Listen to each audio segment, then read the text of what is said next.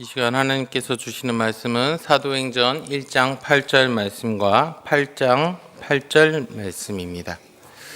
사도행전 1장 8절 말씀과 8장 8절 말씀입니다.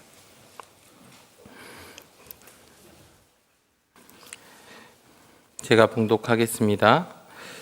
오직 성령이 너희에게 임하시면 너희가 권능을 받고 예루살렘과 온 유대와 사마리아와 땅끝까지 이르러 내 증인이 되리라 하시니라. 아멘.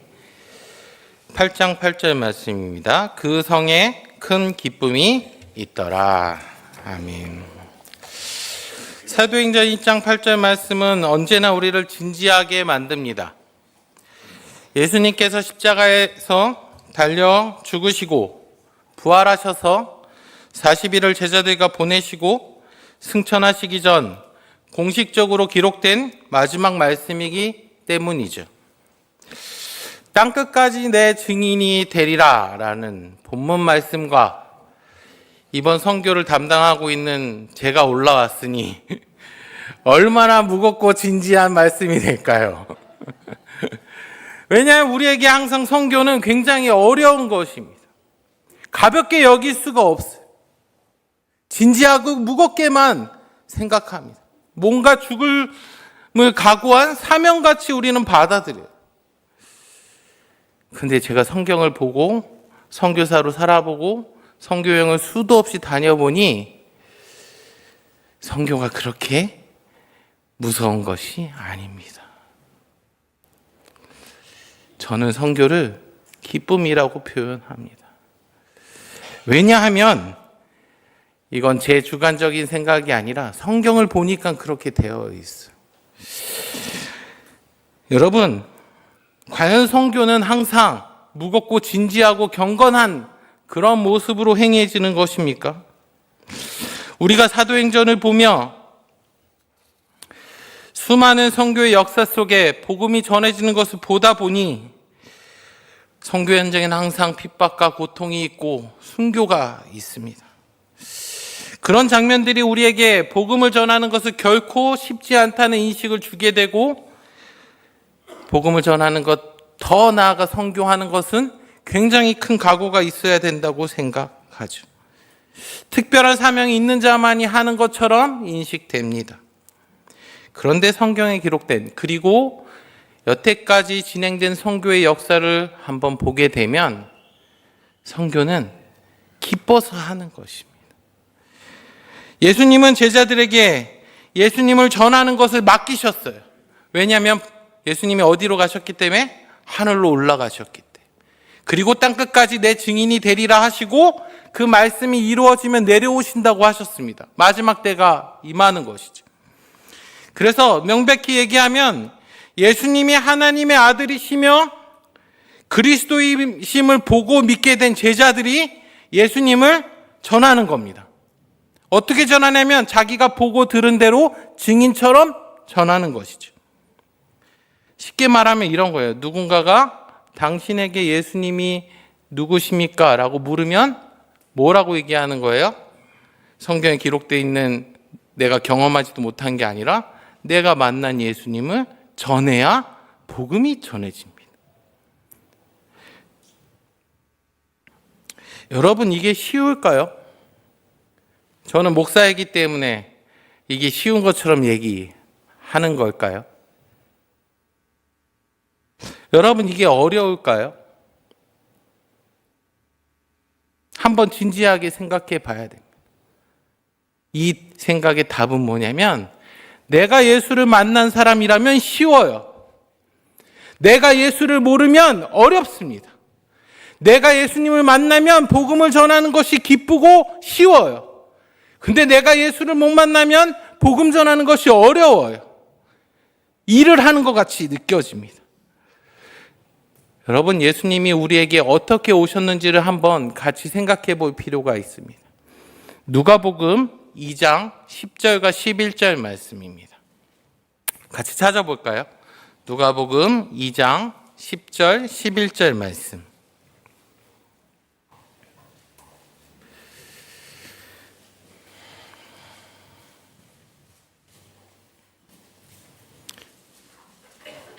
누가복음 2장 10절 11절 말씀입니다. 함께 봉독하겠습니다. 천사가 이르되 무서워하지 말라. 보라, 내가 온 백성에게 미칠 큰 기쁨의 좋은 소식을 너희에게 전하노라. 오늘 다윗의 동네에 너희를 위하여 구주가 나셨으니 곧 그리스도 주시니라. 아멘. 예수님이 이 땅에 오실 때 하늘의 천사가 목자들에게 외친 소리입니다. 예수님의 정체가 무엇인지 아는 천사들. 예수님이 어떤 자예요? 하나님의 독생자이시며 그리스도이심을 아는 천사들이 그것을 모르는 이 땅의 사람들에게 뭐라고 말씀하시냐면 너희에게 전할 기쁨의 좋은 소식이라고. 예수님이 이 죄악이 가득한 세상 가운데 오시는 것이 누구에게 기쁜 소식이냐면 죄인인 너희들에게 기쁜 소식이라는 것입니다. 우리가 이 문자 그대로 보면 천사가 굉장히 얌전히 얘기했을까요? 아니죠. 굉장히 흥분 상태로 얘기했을 겁니다. 드디어 예수님이 이 죄인들을 구하러 이 땅에 오시는구나. 여러분, 이 기쁨의 좋은 소식이 유반겔리온이라는 단어입니다. 헬라어로. 이것은 무엇의 어원이냐면 이벤젤리즘, 전도의 어원이. 즉 유반겔리온, 이벤젤리즘은 뭐냐면 기쁜 소식인 예수님을 전하는 것이. 우리가 전도한다, 선교한다라고 하며 복음을 전할 때 전제가 되어야 하는 것은 나에게 예수님은 기쁜 소식인가입니다. 나에게 예수님은 그리스도이신가입니다. 이것이 복음을 전할 때 유일하게 점검해야 하는 것이죠. 전도를 하면 제일 많이 고민하는 게 뭐예요? 내가 전도할 만한 사람인가? 내가 예수님을 드러낼 만한 사람인가? 그리고 또 한 가지 뭐예요? 이 예수님의 복음이 이 사람에게 필요할까? 이 사람에게 유익이 될까? 도움이 될까? 제가 말한 이 두 가지가 복음을 방해합니다. 여러분, 예수님이 우리에게 기쁜 소식이라는 절대적인 진리는 우리의 어떠함과는 상관이 없어요. 우리가 죄인일 때 복음을 받아들인 것과 같은 것입니다. 우리가 죄인일 때 예수님을 믿게 됨으로 기쁜 소식, 우리의 죄를 해결할 유일한 방법을 찾은 것처럼 이 세상의 모든 사람에게 예수님은 기쁜 소식이 되시는 거예요. 우리 전하는 우리의 삶과 상관이 없어요. 왜냐하면 예수님 그 자체가 복음의 능력으로 역사하시기 때문에 그렇습니다. 제가 복음을 전하다 보면 이런 상태로 내가 예수 얘기를 해도 되나? 라고 생각하며 얘기했을 때 복음이 전해지는 경험을 너무 많이 했어요. 그러다 보니 어떤 생각이 드냐면 하나님은 나를 증인으로 사용하시지 나를 복음으로 쓰시지 않는다는 생각을 하게. 즉 내가 만난 예수님이 나에게 기쁜 소식이 된 것처럼 이 세상의 모든 사람에게 예수님은 기쁜 소식입니다. 이것은 변하지 않은 진리예요. 이것이 우리의 삶으로 인해 가려지면 안 됩니다. 이것이 우리의 모습으로 인해 복음이 초라해지면 안 돼요. 복음은 복음이에요. 예수님은 예수님입니다. 예수님을 전하는 것이 자꾸 우리의 모습, 우리 교회의 모습, 이 사람의 삶 막 고민하다 보면 예수님이 초라해져요. 예수님이 능력이 없는 것처럼 보여집니다. 그런데 천사가 외친 이것이 우리가 복음을 전할 때의 자세입니다. 천사는 뭘 봤어요? 예수님이 어떤 분인지 알았어. 내가 예수님을 만났다면 내가 만난 예수님도 이 사람에게 기쁜 소식이 될 거라는 믿음이 우리 안에 있어야 합니다. 그것이 천사가 이 땅에 소리치며 외치는 거죠. 야, 너희들에게 죄를 사할 방법이 이제 생겼어. 이 땅에 오시는 예수님 믿으면 그분이 너희 죄를 사하시기 위해 대속 제물로 너희 죄를 씻겨 주실 거야. 그러니까 그분 믿으면 다시 너희를 지으신 하나님 아버지께로 갈 수 있어. 이것이 천사가 말하는 기쁜 소식입니다.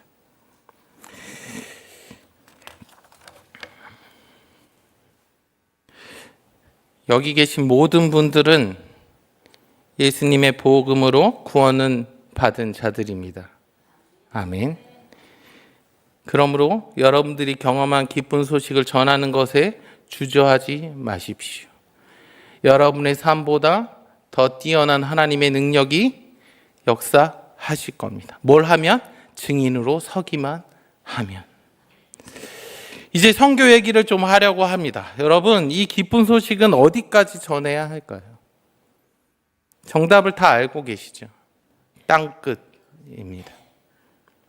이것을 조금 더 이해하기 위해 성경 본문을 한 구절 더 보도록 하겠습니다.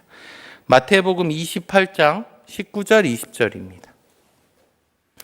마태복음 28장 19절 20절입니다. 외우시는 분들도 많으실 텐데 함께 찾아 읽어볼까요?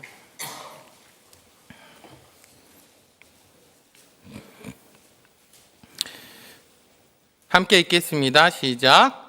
그러므로 너희는 가서 모든 민족을 제자로 삼아 아버지와 아들과 성령의 이름으로 세례를 베풀고 내가 너희에게 분부한 모든 것을 가르쳐 지키게 하라. 볼지어다 내가 세상 끝날까지 너희와 항상 함께 있으리라 하시니라. 아멘. 사도행전 1장 8절의 땅끝과 예수님이 복음서에 얘기한 마태복음, 마가복음, 누가복음의 만민, 온 천하 다 합치면, 그리고 모든 민족까지 합치면 물리적으로 계산이 돼야 됩니다. 뭐예요? 예수님의 이름을 모든 사람이 들어야 된다는 것이죠. 복음이 어디까지 가야 된다는 거예요? 예수님 이름을 다 듣는 곳까지 가야 되는 겁니다. 그럼 이제 한 가지 생각해야 하죠. 여러분, 우리나라는 복음의 종착지입니까? 중간역입니까? 복음이 우리나라에 오로 땅끝이 된 걸로 보이세요? 아니면 아직도 예수님의 이름을 들어야 되는 사람들이 있다고 생각하십니까? 우리나라는 복음의 중간역이에요. 그것도 중간역도 아니고 거의 후미역입니다. 왜 그럴까요? 우리나라의 선교의 역사가 몇 년인지 아시는 분? CBS, CTS에 작년에 너무 많이 떠들었는데 선교 역사가 작년에 140년이었어요. 그럼 올해는 몇 년째요? 141년 됐죠. 우리나라에 복음이 들어온 지 몇 년? 141년 밖에 안 됐어요, 여러분. 예수님은 언제 오셨어요? 2000년 전에. 즉, 예수님이 승천하시고 나서 제자들이 이 사도행전 1장 8절 말씀과 복음서의 끝자락에 있는 온 천하에 복음을 전하기 위해 몇 년 동안 1850년이 넘는 시간을 보내서 겨우 이 땅에 복음이 왔습니다. 여러분, 우리 착각하면 안 돼요. 우리는 복음의 후발주자예요. 복음이 1850년 동안 전 세계를 돌아다니다 결국 아시아의 끝자락에 온 것이죠. 이것이 선교의 역사입니다. 복음은 순식간에 이메일 딸락 보내는 것처럼 아니면 카톡 문자, 핸드폰 문자 보내는 것처럼 바로 전해지지 않아요. 왜 그럴까요? 복음은 생명이기 때문에. 이 생명을 거부하는 영적인 전쟁 속에 전해집니다. 우리에게 복음이 전해지기까지 수많은 사건과 수많은 선교사들의 수고와 순교, 다른 나라에서는 선교의 역사의 열매가 우리나라인 것입니다. 여러분, 예루살렘으로부터 시작된 복음이 유대 땅에 퍼집니다. 그리고 스데반의 순교로 사울이 앞장서서 제자들을 핍박하죠. 예루살렘 교회를 핍박해요. 그럼 어떻게 됩니까? 흩어지죠. 살기 위해서. 근데 흩어지는 이 제자들은 뭐가 있어요? 복음이 있어요. 그럼 가는 데마다 뭐 얘기할 수밖에 없어요? 예수님 얘기밖에. 빌립이 이 교회에서 핍박을 피해서 사마리아 땅에 가서 누구 얘기를 하냐면 예수님 얘기를 합니다. 그랬더니 어떤 일이 생기냐면 제자들이 예수님을 만났을 때 일어났던 성령의 역사가 그 땅에 동일하게 일어나요. 그러면 뭐예요? 이방인이든 사마리아인이든 이제 상관이 없죠. 같은 성령을 받게 됐으니. 여러분, 복음은 그렇게 전해집니다. 그래서 핍박이 없는 지역에 안디옥 교회가 세워져요. 안디옥 교회 몇 주 전에 목사님 통해 설교를 들으셨죠. 어떤 교회예요? 바울과 바나바를 전도여행으로 파송한 교회. 그리고 2차로 바울과 실라, 바나바, 마가를 파송한 교회입니다.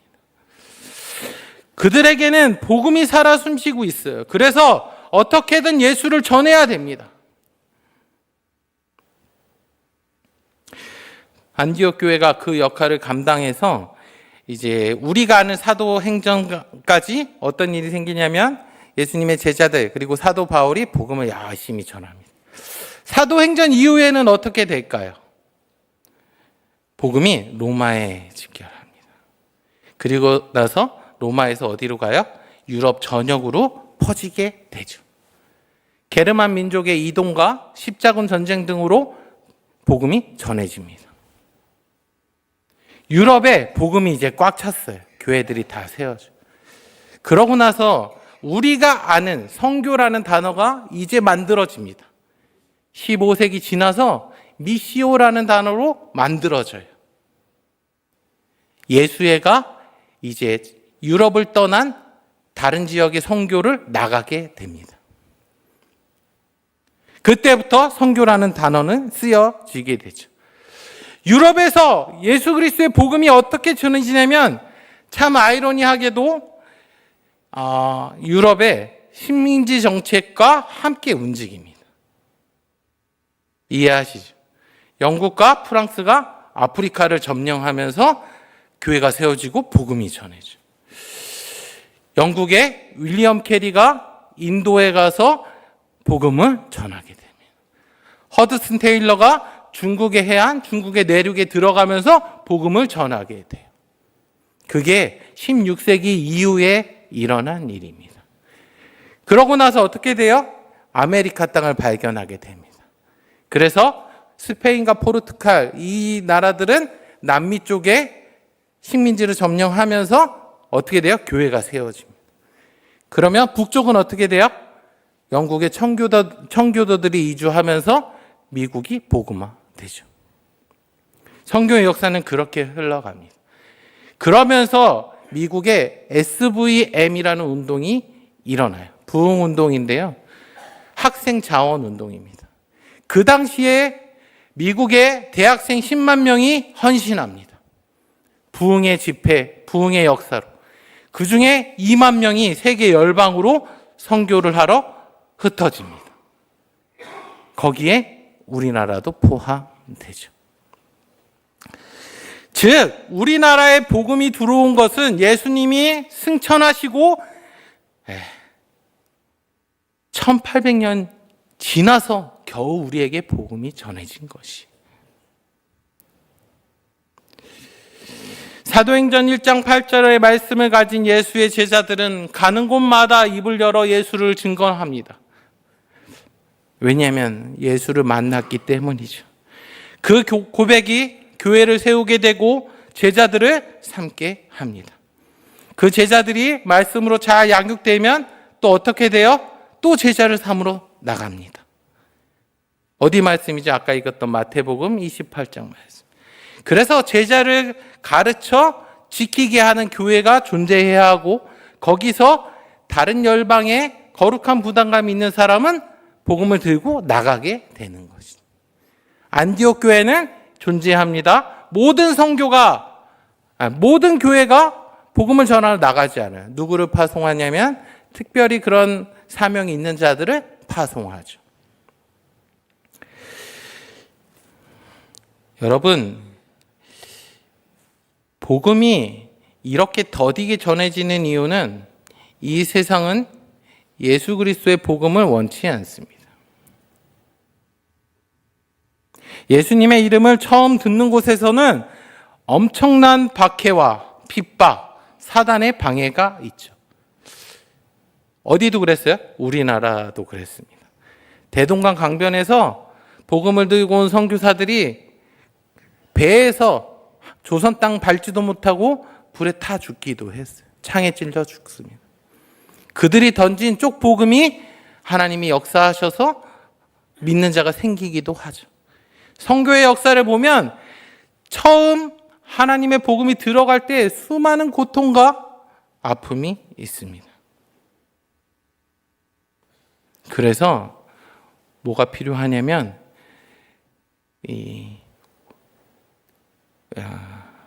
지원 사격이 필요해요. 왜냐하면 너무 힘든 상황 가운데 버텨낼 힘이 스스로 없기 때문에 그렇습니다.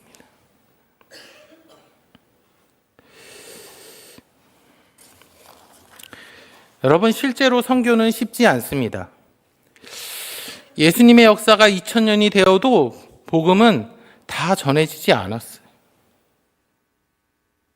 그리고 땅끝이라고 표현하는 예수님의 복음을 듣지도 못한 미개척, 미전도 종족이 아직도 많이 있어요. 우리나라에도 1800년이 지나서 들어온 것과 비슷합니다. 많은 선교에 헌신한 단체들이 그 종족들의 언어를 연구해서 성경을 만들고 있어요. 근데 그게 언제 전해질지 모릅니다. 우리가 갈 몽골처럼 복음은 전해졌지만 1%밖에 성장하지 못했어요. 미전도 종족, 복음이 3%밖에 안 되는 3% 이하의 나라들이 너무 많습니다. 그들은 어떤 게 필요할까요? 그곳에서 믿는 그리스도인들은 확실한 믿음의 증거가 필요해요. 돈이 필요한 게 아닙니다. 선교지에 가보니까 저희가 돈을 주면 잠시 풍족하지.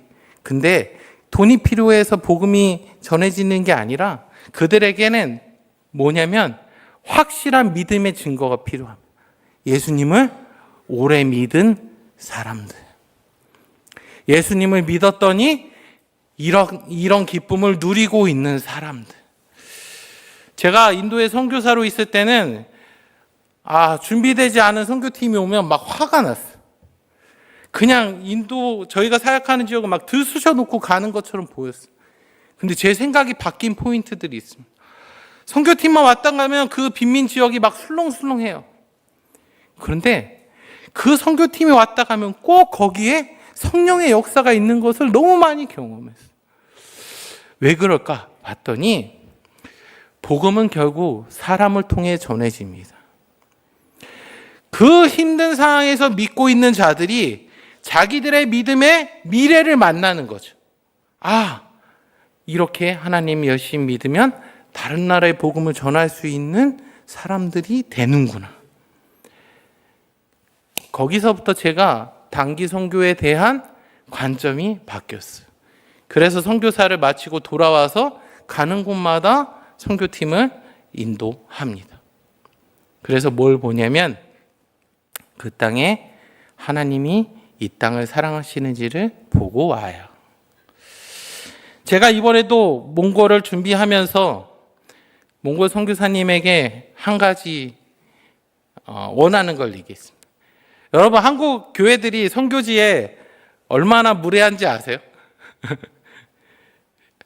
선교사님, 이런 사역 할 수 있나요? 이런 사역 해도 되나요? 선교지에 우리가 선택해서 가는 것처럼 합니다. 선교지는 원래 사실 어때야 돼요? 우리가 가도 됩니까? 우리가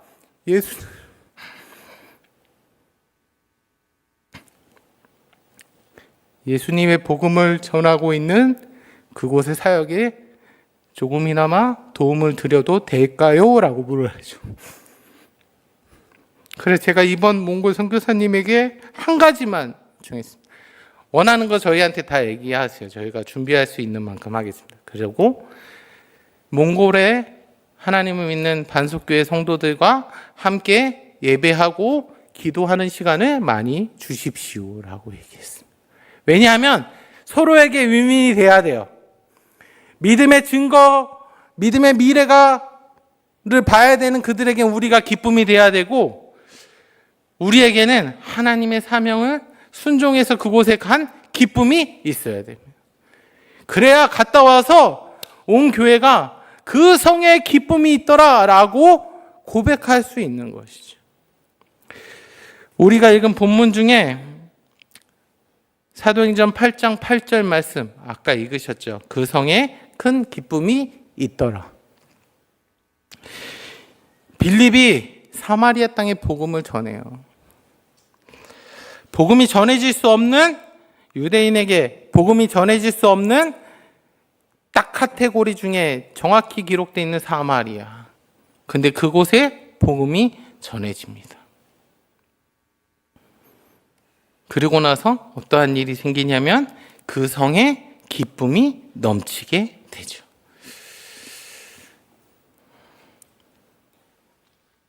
양화진에 가면 수많은 선교사님들의 묘비가 있습니다. 그리고 그들의 마지막이 표현된 기록들이 있어요.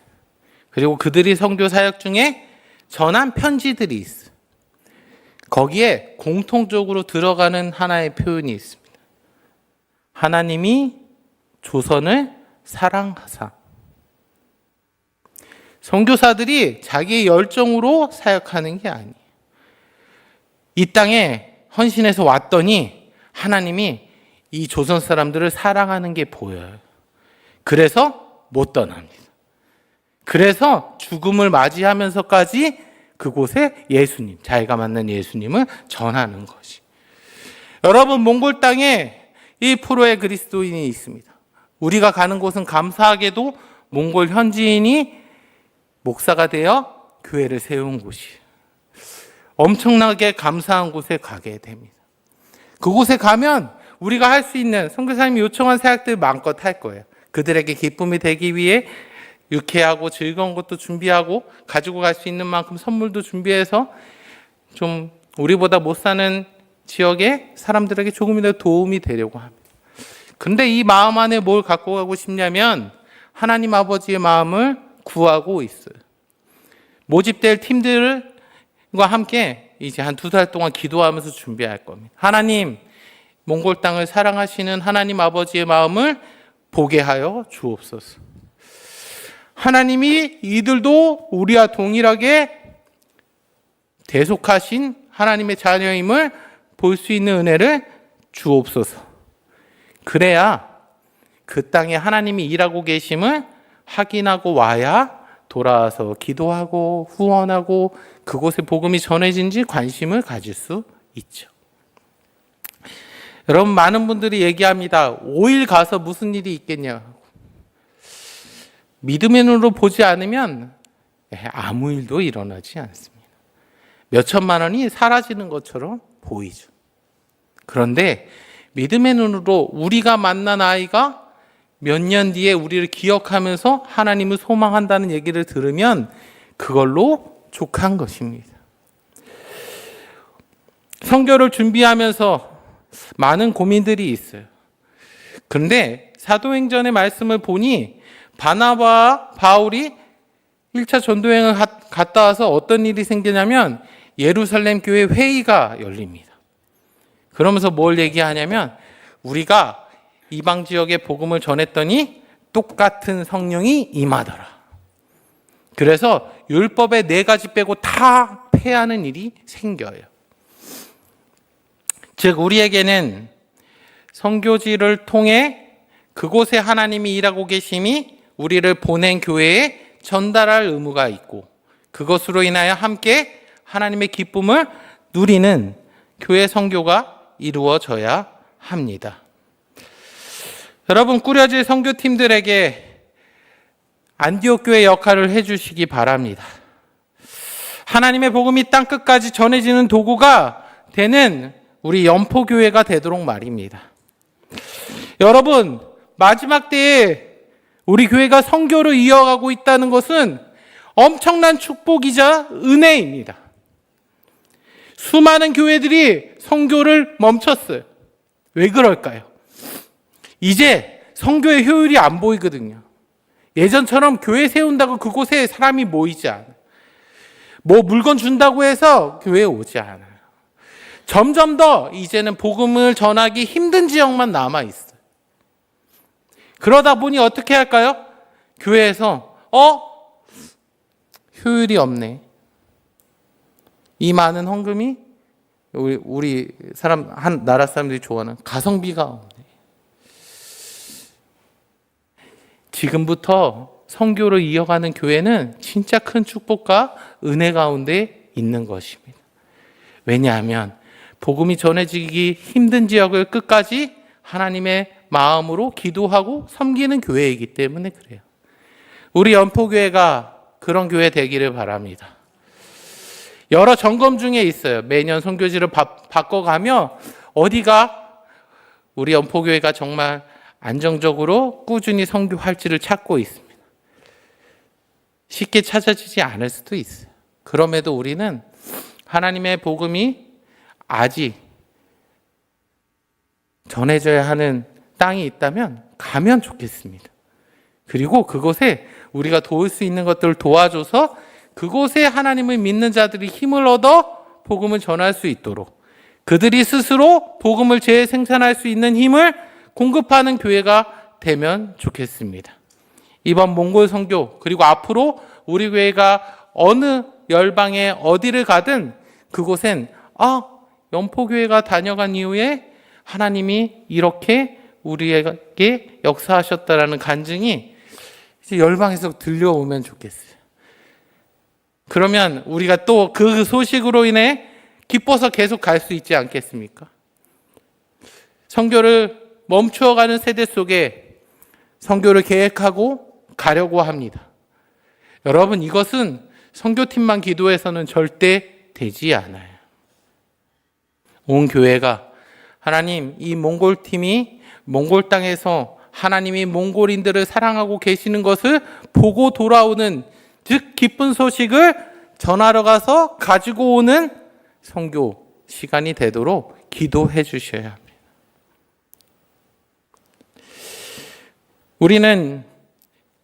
저는 이 선교를 이렇게 표현합니다. 교회의 어떤 사역의 일부가 아니라 하나님의 사역에 동참하게 하시는 기회라고 표현합니다.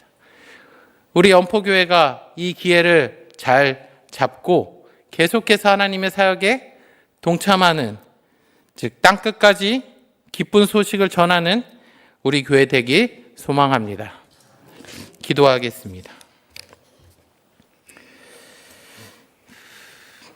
하나님 아버지, 우리에게 하나님 아버지의 마음을 부어주셔서 아직도 예수님을 모르는 그들에게 우리에게 기쁜 소식이 되신 예수님을 전하는 우리 교회 되게 하여 주옵소서. 여러 가지 많은 생각들로 선교를 준비하지만 우리의 마음 가운데에는 온 교회가 한 마음으로 기쁜 소식을 전하고 그곳에 하나님이 일하고 계심을 발견하고 돌아와 또 기쁜 소식을 듣는 한 가지 기도 제목으로 우리가 함께 준비하는 몽골 선교 되게 하여 주옵소서. 하나님, 모든 민족, 온 천하, 만민, 땅끝까지 복음을 전하는 것이 우리에게 기쁨이 되게 하여 주옵소서.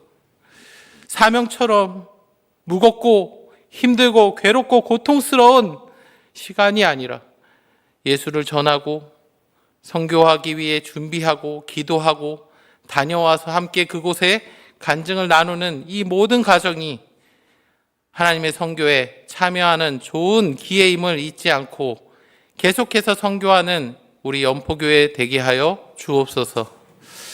그렇게 역사하실 주님을 기대합니다.